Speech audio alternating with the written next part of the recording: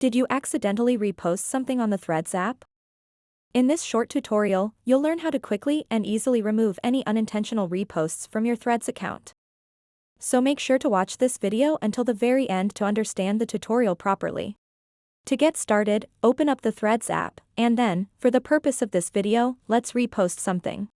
To do that, let's tap on this button at the bottom of that post, and then tap Repost.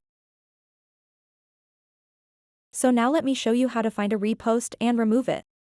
Tap on the profile button at the bottom right corner of the screen, and then find the post that you reposted. So to remove a repost, tap on this exact button over here, and then simply tap Remove. And now that repost is removed from my Threads account, and anyone who follows me won't see that reposted thread.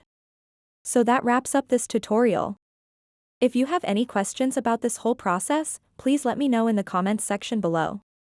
And if this video helped you out, please give it a big thumbs up and subscribe to this channel for more tutorial videos like this one. Thank you so much for watching, and have a good day.